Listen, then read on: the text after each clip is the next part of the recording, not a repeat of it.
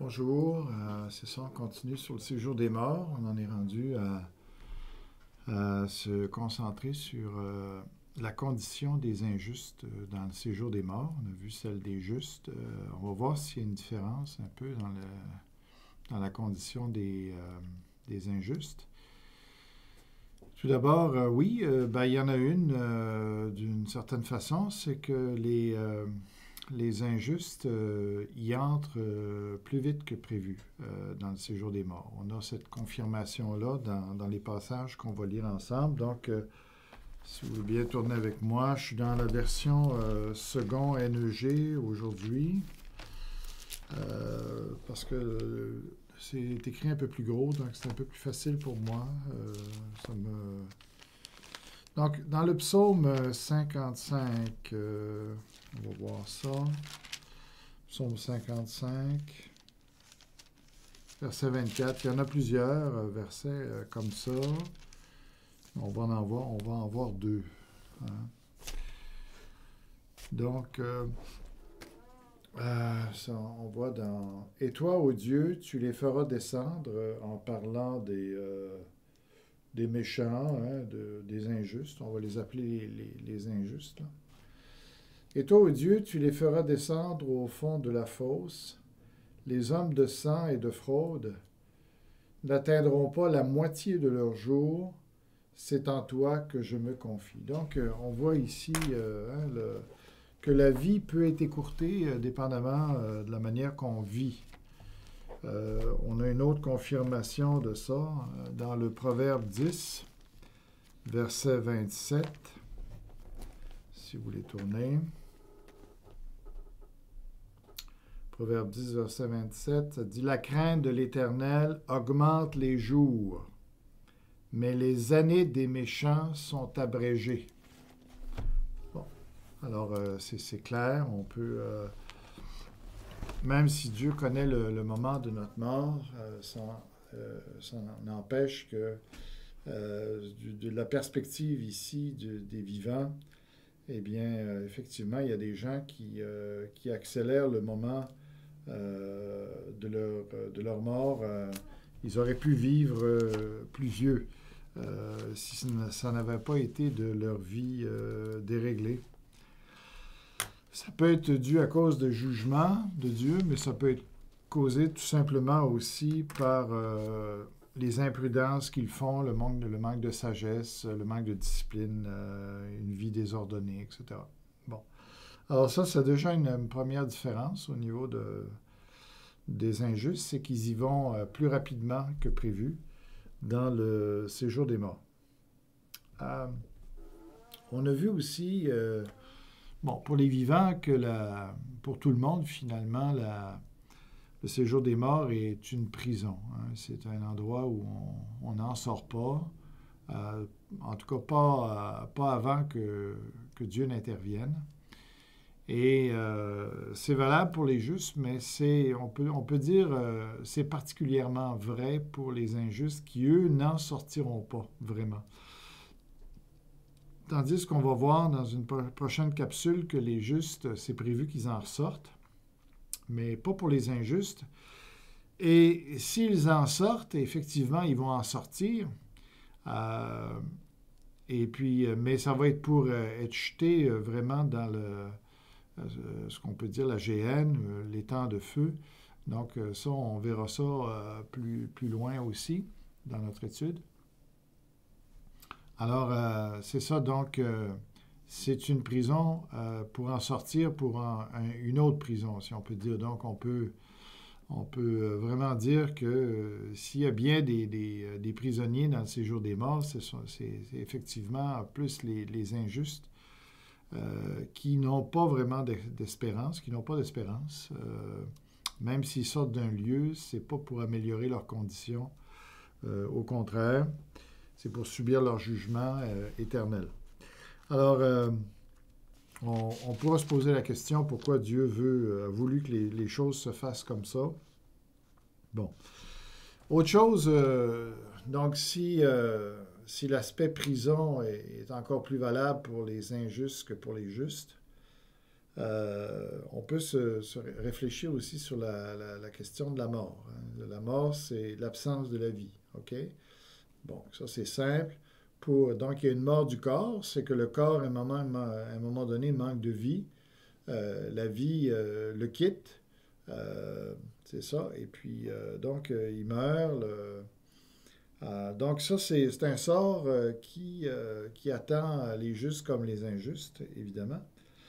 Mais est-ce que la mort, c'est juste quelque chose qui touche notre corps? Non. La mort aussi affecte notre âme. Et dans un sens, on peut dire que la mort affecte particulièrement, dans ce sens-là, les injustes. Alors, tout d'abord, on peut voir dans la parole que la mort, le concept de la mort est très, très associé à l'âme ou au séjour des morts dans la parole de Dieu. Donc, on va voir Proverbe 5, hein, tout d'abord.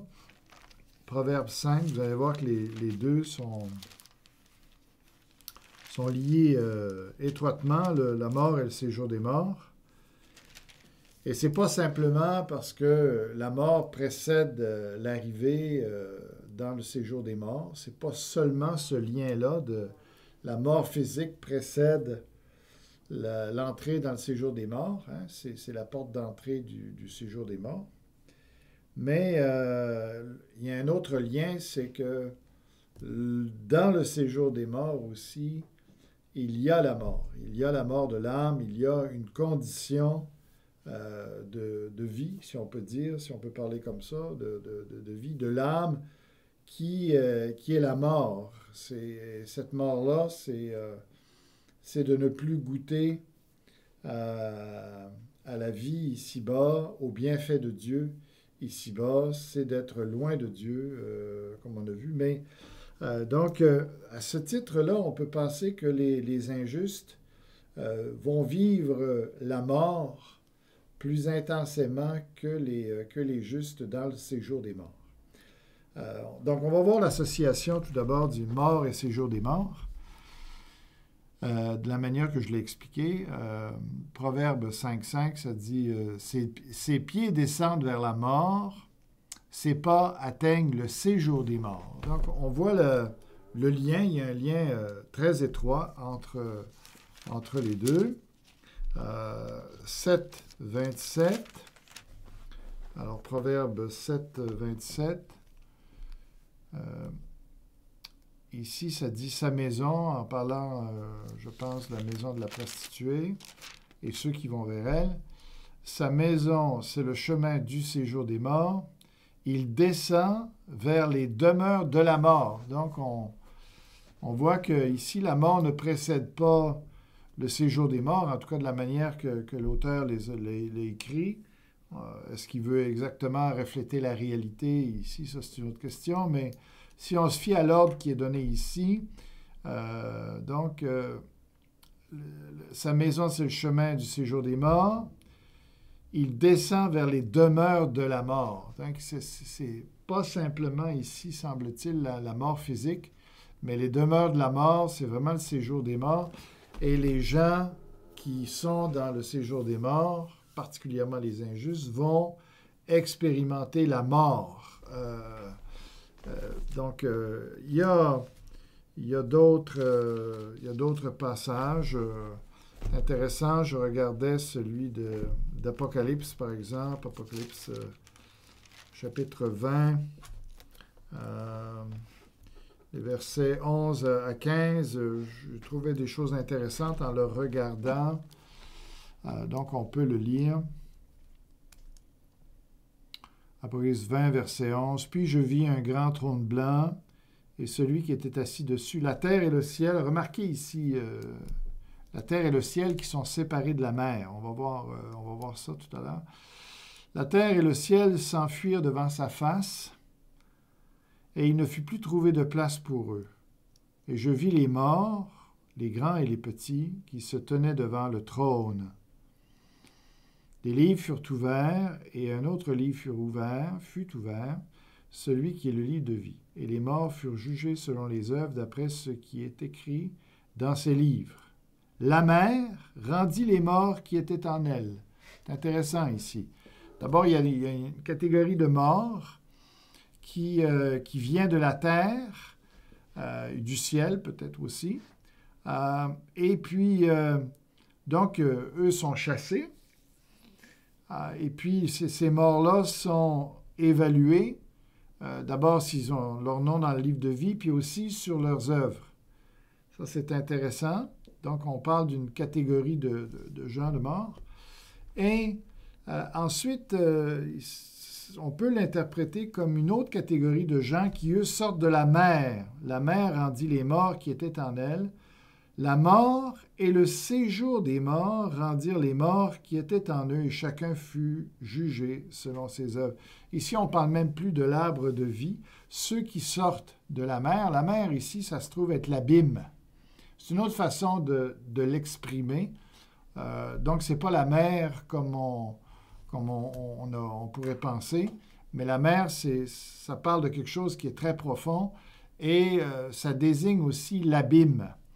D'ailleurs, vous allez voir, on a déjà vu que la bête sort de l'abîme, mais vous allez aller voir dans Apocalypse 13, verset 1, où il sort aussi de la mer. Alors, on comprend que finalement, c'est la même chose. OK? Alors, la mer rendit les morts qui étaient en elle, les morts et le séjour des morts rendirent les morts qui étaient en eux, et chacun fut jugé selon ses œuvres. Puis la mort et le séjour des morts. Donc, on voit comment c'est très étroit, la mort et le séjour des morts, furent jetés dans l'étang de feu. Et puis, c'est la seconde mort, l'étang de feu. Donc, quiconque ne sera pas trouvé écrit dans le livre de vie fut jeté dans l'étang de feu. Donc, comme j'ai dit, la mort est liée ici au séjour des morts. Comment la mort peut être jetée dans un lieu, hein, alors que la mort, comment ça peut être une chose concrète, sinon une condition des morts, justement, dans le séjour des morts. Et puis tout ça va disparaître, cette condition-là, pour revêtir une nouvelle condition dans les temps de feu. Donc, en tout cas, c'est un autre passage, en tout cas, qui est intéressant à regarder, qui parle de différents morts et qui montre que la mort des uns n'est pas nécessairement non plus la mort des autres, la même sorte de mort. C'est ce que je voulais démontrer. Dans Ézéchiel, pour parler de la mort, puis que la mort, l'expérience de la mort dans le séjour des morts ne sera pas la même pour tous. Je crois de pouvoir démontrer ça avec Ézéchiel. Si vous voulez bien tourner avec moi, Ézéchiel, le chapitre 18, qui est intéressant. Ézéchiel 18, si je peux finir par y arriver. Alors, remarquez bien ici, il y a 18, verset 20. Je vais en lire quelques-uns. Verset 4, par exemple. Ézéchiel 18. « Voici, toutes les âmes sont à moi. L'âme du Fils comme l'âme du Père, l'une et l'autre sont à moi. L'âme qui pêche, c'est ça qui est important de retenir ici, c'est celle qui mourra. » Puis là, dans tout le chapitre, il répète cela, que les personnes sont responsables de leur propre péché puis de leur propre mort. Alors, ceux qui vivent correctement, ceux qui essayent d'éviter le mal et tout ça, vont vivre. Et ceux qui se livrent à toutes sortes de méchanceté vont mourir. Alors, mais de quelle mort on veut parler? Hein? Quand il dit le pécheur ou celui qui pêche, c'est celui qui mourra ou c'est cette âme-là qui va mourir. Alors, est-ce qu'on parle de la mort physique? Alors, mais quelle est la différence entre la mort physique pour le juste et l'injuste? C'est juste une question de temps, finalement. Ça serait juste ça, la différence. Alors, est-ce que c'est ça que Dieu veut dire quand il dit « l'homme qui pêche mourra », autrement dit, il va mourir plus vite. Est-ce que c'est la seule différence que Dieu voulait montrer, voulait éviter, voulait avertir? Je ne pense pas. Je pense pas. Je pense que la mort ici est quelque chose de beaucoup plus sérieux que simplement une question de date. Alors, la mort ici, quand il dit l'homme qui pêche, c'est celui qui mourra, par rapport à l'autre qui évite de pécher, qui ne mourra pas ou qui vivra, alors ça parle vraiment de la condition de l'âme après la mort. Alors, ceux qui auront vécu leur vie dans le péché, dans la désobéissance, dans l'incrédulité, dans le non-souci de Dieu et des autres, alors ils vont mourir et ils vont vivre donc une condition dans l'au-delà qu'on appelle la mort, tandis que ceux qui vont avoir craint Dieu, puis de nos jours à nous, qui auront mis leur foi en Jésus-Christ, eh bien, eux ne connaîtront pas la mort.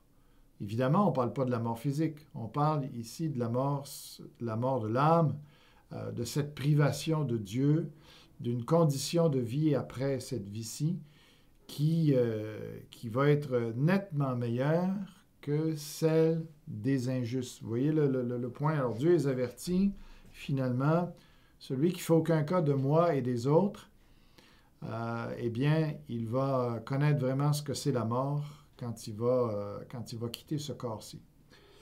Tandis que les autres... Donc, il y a vraiment plus quelque chose là de bénéfique à marcher avec Dieu, de connaître Dieu, d'accepter Jésus-Christ comme sauveur, que l'inverse. Si c'est plus juste une question de temps de mourir physiquement, un va mourir avant l'autre, ce qui n'est pas toujours le cas même là. Mais dans l'au-delà, par exemple, c'est là que la distinction entre les méchants et les justes, ou les justes et les injustes, va être très nette, où les uns ont la vie et les autres ont la mort. Alors, donc, c'est quoi l'image mentale qu'on peut se faire de ça? Il doit nécessairement... Est-ce que cette distinction vie-mort dans l'au-delà commence déjà dans le séjour des morts? C'est ça la question. Alors, si c'est oui, hein, si c'est ce que Dieu avertissait ici dans Ézéchiel et dans d'autres passages, eh bien, on peut penser que dès le séjour des morts, que la condition des injustes est très différente de celle des justes. OK? Sinon, on est obligé de... Si la condition des morts, qu'ils soient juste l'âme des justes ou des injustes, si elle est la même pour un temps dans le séjour des morts, alors, de quoi Dieu parlait ici quand il dit « celui qui pêche mourra », alors il doit penser à quelque chose qui est après le séjour des morts, quand le séjour des morts va devenir autre chose, quand les morts vont sortir du séjour des morts pour être placés dans les temps de feu, comme on a vu dans Apocalypse. Est-ce que c'est seulement pour cette période-là que cette distinction-là va être très nette entre ceux qui ont la vie et ceux qui ont la mort? Vous voyez ce que je veux dire? Donc, tout ça pour dire, est-ce qu'on peut voir déjà avec le séjour des morts, une condition de vie qui montre que la condition des injustes est très différente de celle des justes à cause de cette mort-là. Donc, on pourrait penser que, pourquoi pas, hein, pourquoi les morts injustes ou justes, pourquoi les morts injustes devraient attendre jusqu'à l'étang de feu avant de vivre une distinction entre leur condition de vie, qui est plutôt une condition de mort, et la condition des justes qui, eux, ont la vie. Donc, est-ce que déjà, on pourrait avoir tendance à penser que déjà, dès le séjour des morts, on devrait voir cette distinction-là et pas seulement attendre l'étang de feu par rapport au ciel ou par rapport à la nouvelle terre, si on peut dire. Là, j'espère que je ne suis pas en train de vous mêler. Mais je vais vous montrer un autre passage, par exemple, qu'on connaît bien. C'est dans Marc 8, versets 36 et 37. Je vais quand même prendre mes lunettes ici. « Et que sert-il à un homme de gagner tout le monde s'il perd son âme? Que donnerait un homme en échange de son âme? Car quiconque aura honte de moi et de mes paroles au milieu de cette génération adultère et pécheresse, le Fils de l'homme aura honte de lui quand il viendra dans la gloire de son Père avec ses anges. » Donc, ici, perdre son âme, encore là, c'est pas simplement de mourir physiquement. Perdre son âme, ça veut dire, c'est d'avoir une condition de l'âme après la mort qui est très différente que de celle des justes ou de ceux qui ont cru en Jésus-Christ. Perdre son âme, c'est plus dans ce sens-là qu'autre chose. Hein? Alors, Jésus dit qu'ici, il y a des gens qui ne perdent pas leur âme, il y en a d'autres qui la perdent. Et à quel moment? Dans le contexte ici de Marc 8, on a plus tendance à penser, c'est une fois que Jésus va venir, et ça ne serait pas actuel pour tout de suite. Donc, pour faire un résumé de ce que je dis, qu'est-ce qui est la vérité? Est-ce que déjà l'âme des injustes, quand elle descend dans le séjour des morts, déjà là, il y a une condition d'existence qui est très différente de celle que les justes ont. Eux aussi, dans le séjour des morts, mais dans la partie qu'on appelle le sein d'Abraham. D'accord? Alors, oui ou non? Alors, il y a... Moi, j'aurais eu tendance en tout cas à penser que oui, que déjà dans le séjour des morts, la condition d'existence des injustes, elle est marquée déjà là. Mais j'avoue que dans l'Ancien Testament, quand je fais mes recherches, je n'ai pas trouvé grand-chose qui décrit un état pour les injustes qui se distingue vraiment de la condition des justes. Okay? On a vu que la condition des justes, c'était dormir ou en tout cas d'avoir une espèce d'inconscience ou de non-activité. OK? Alors, c'est un repos dans ce sens-là. Donc, on peut s'attendre à quelque chose de pas du tout pareil pour les injustes, mais malheureusement, à moins de... Il y avait des textes, mais je ne suis pas sûr qu'on peut les utiliser comme une description du séjour des morts. J'ai trouvé ce verset-là qui me fait penser que peut-être ici, il y a une certaine description du séjour des morts. C'est dans Cantique des Cantiques, le chapitre 8, le verset 6. Alors, le Cantique des Cantiques, c'est juste après Proverbes, Ecclésiaste, là, juste avant le livre d'Ésaïe. Et donc, je vais le lire. Ça dit « Mets-moi », donc ici, l'auteur dit « Mets-moi comme un sceau sur ton cœur, comme un sceau sur ton bras », en parlant à... Bon, ici, en tout cas, il faut comprendre le livre de Cantique des Cantiques, c'est un peu l'amour entre un homme et une femme. Donc, la femme, ici, ici, je pense que...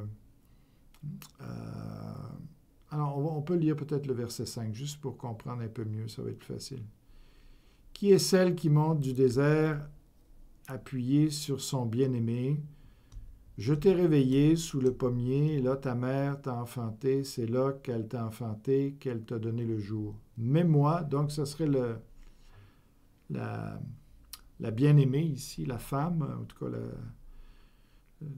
c'est ça, je ne sais pas comment l'appeler exactement, mais on va dire la bien-aimée. Bon, la bien-aimée qui dirait à son bien-aimé, mets-moi comme un sceau sur ton cœur, comme un sceau sur ton bras, car l'amour est fort comme la mort, la jalousie est inflexible comme le séjour des morts. Donc le séjour des morts serait jaloux, il retient à lui les gens qui entrent chez lui. Puis là, c'est ça qui est intéressant, il dit, ces ardeurs sont des ardeurs de feu, une flamme de l'Éternel. Alors, ça peut... Donc, c'est là que c'est un peu flou, mais ça peut décrire à la fois l'amour du bien-aimé envers sa bien-aimée, mais aussi, étant donné que juste avant, il y avait cette comparaison avec le séjour ou la jalousie du séjour des morts, on lit « Ces ardeurs sont des ardeurs de feu, une flamme de l'Éternel. » Alors, ça se peut ici qu'on ait ici une description du séjour des morts lui-même. Donc, ça serait comme un feu. Mais je n'ai pas trouvé énormément plus que ça. Il y avait un passage, David parle qu'il est terrorisé face au séjour des morts et tout ça. Mais ça ne m'a pas convaincu de l'inclure dans une description du séjour des morts. Par contre, on a donc ce que je viens de dire jusqu'à présent avec la mort, la prison et tout ça, ça donnerait l'impression que vraiment la condition de vie des injustes dans le séjour des morts est vraiment autre chose que celle des justes.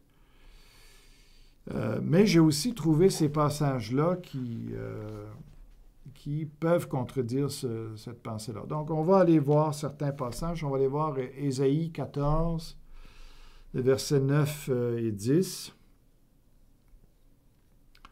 Ésaïe 14, versets 9 et 10. Je lis, « Le séjour des morts s'émeut jusque dans ses profondeurs pour t'accueillir à ton arrivée.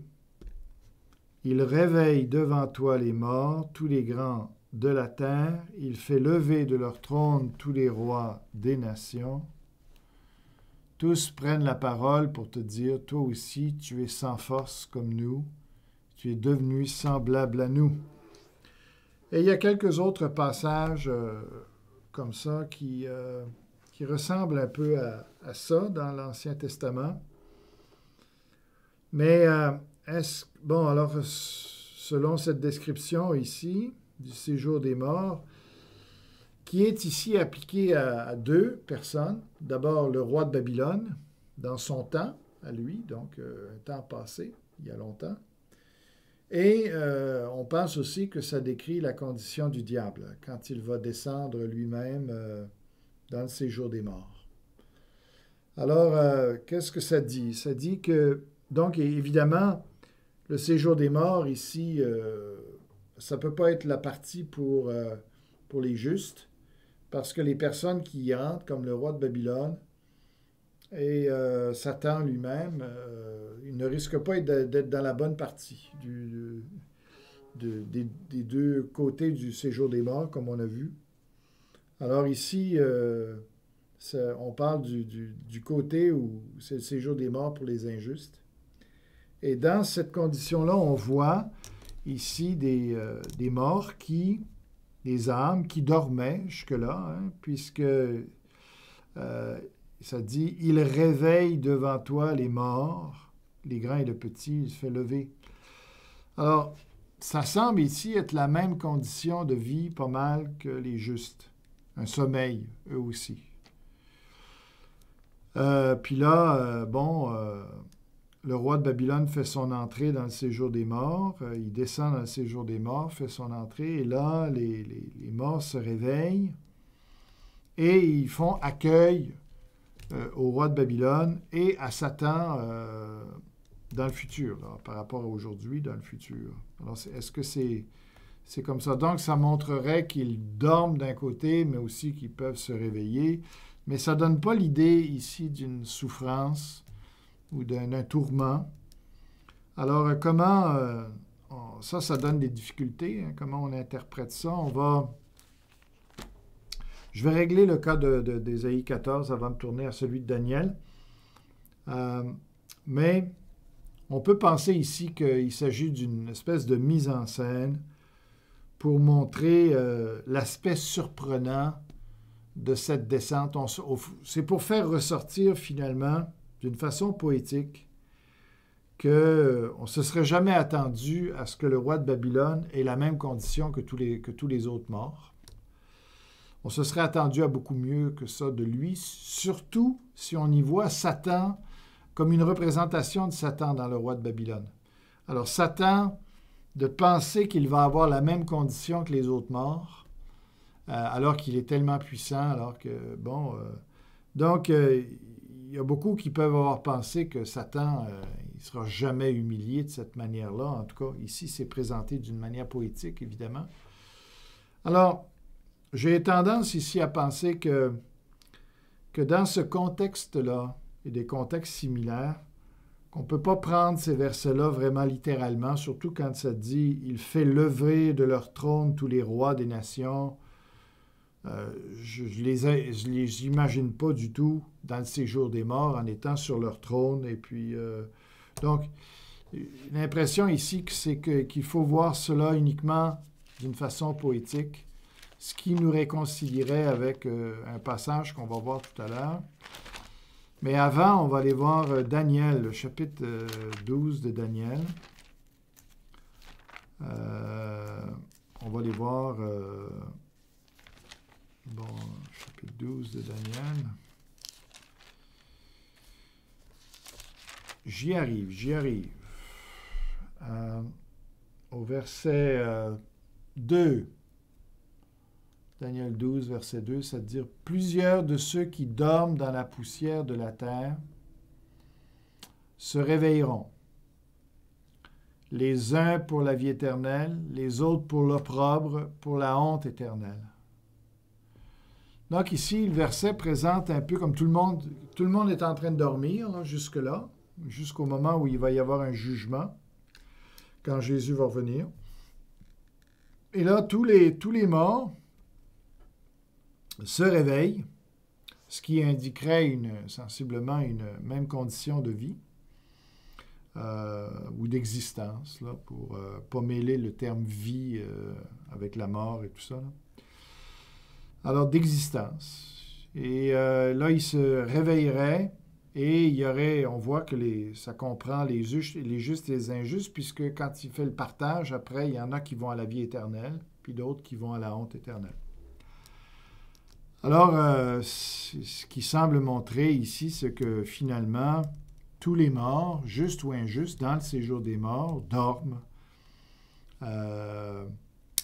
Et puis ont une même condition de vie. Sauf si, comme on dit ici, on parle juste, dans ce passage-ci, qu'on parlerait juste de dormir dans le sens, ils sont allongés dans la terre, dans leur tombeau. Tout le monde a un tombeau, finalement, où tout le monde était... Jusqu'à la résurrection, tout le monde va être dans son tombeau, en quelque sorte. Mais... J'ai déjà expliqué que cette idée de dormir, pour moi, ce n'était pas simplement de regarder le corps allongé dans la tombe, puis de penser, puis d'y voir ici quelque chose, une attitude ou une position similaire à quelqu'un qui dort. Ça n'irait pas plus loin que ça, l'idée de sommeil. Moi, j'ai déjà dit, si vous suivez mes capsules avant, que je pensais que ça allait plus loin que ça, cette idée de dormir. Alors, mais ici, il dit que les gens dorment. Alors, si on parle de leur âme qui dort, on pourrait conclure que les justes et injustes ont la même condition, en tout cas dans le séjour des morts. Ça ne sera pas pareil dans les temps de feu, mais dans le séjour des morts, on pourrait toujours penser qu'ils ont la même condition de vie. Il y a un dernier passage qui me semble tranche en faveur d'une distinction nette entre la condition des justes et des injustes. C'est évidemment Luc 16 que là on va prendre et puis qu'on va analyser soigneusement. Luc 16, verset 19, je vais le lire. « Il y avait un homme riche qui était vêtu de pourpre et de fin lin, qui chaque jour menait joyeuse et brillante vie.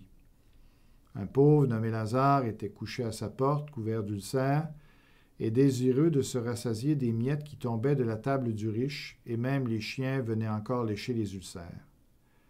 Le pauvre mourut, il fut porté par les anges dans le sein d'Abraham. » OK, le riche mourut aussi et fut enseveli. Donc, on voit ce qui est clair, c'est que Lazare, lui, il est pauvre, en tout cas, il a eu la misère toute sa vie, c'est ça le point. Puis le riche, lui, a vécu dans son opulence, puis il n'a fait aucun cas il n'y a aucune compassion, aucun souci de Lazare. Donc, on peut vraiment dire ici juste et injuste.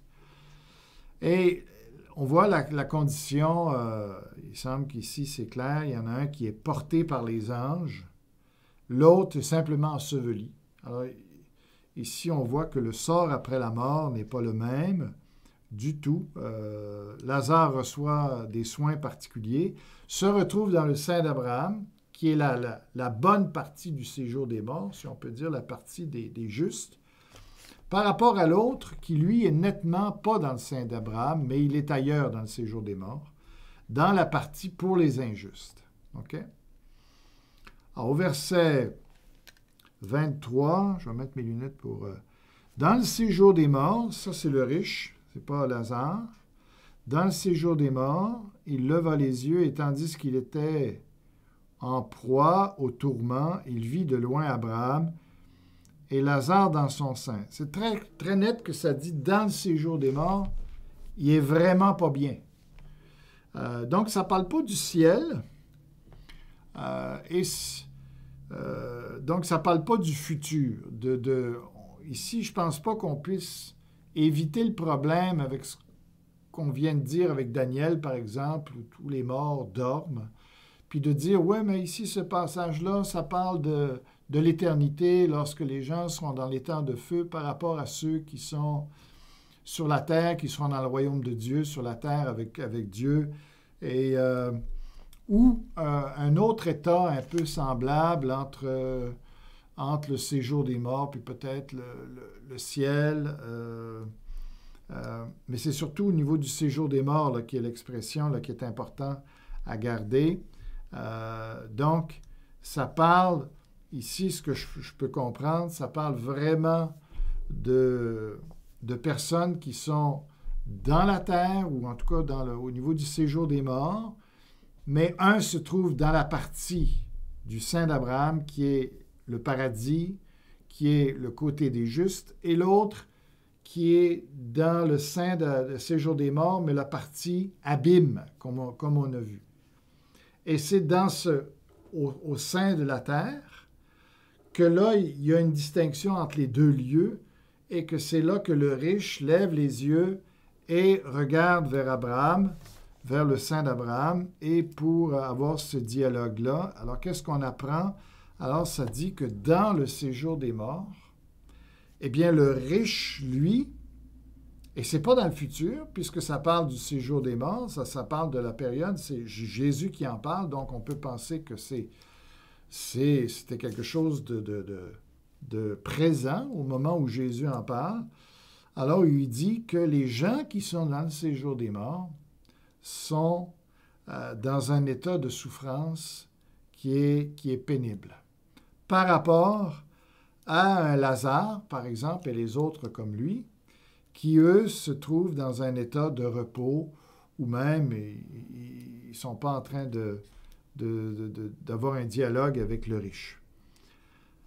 Alors, on continue. Dans le séjour des morts, il leva les yeux, tandis qu'il était en proie au tourment, il vit de loin Abraham, et Lazare dans son sein, il s'écria, « Père Abraham, aie pitié de moi et envoie Lazare pour qu'il trempe le bout de son doigt dans l'eau et me rafraîchisse la langue, car je souffre cruellement dans cette flamme.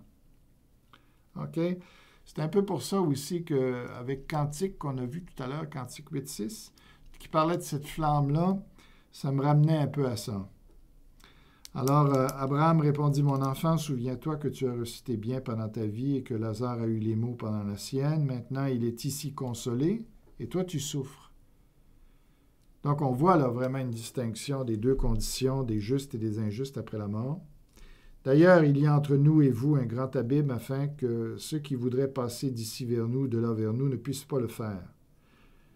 Alors, ce n'est pas entre le séjour des morts et le ciel, mettons, ou le séjour des morts et la nouvelle terre, ou l'étang ardent de feu et la nouvelle terre. Non, ce n'est pas quelque chose qui est dans le futur.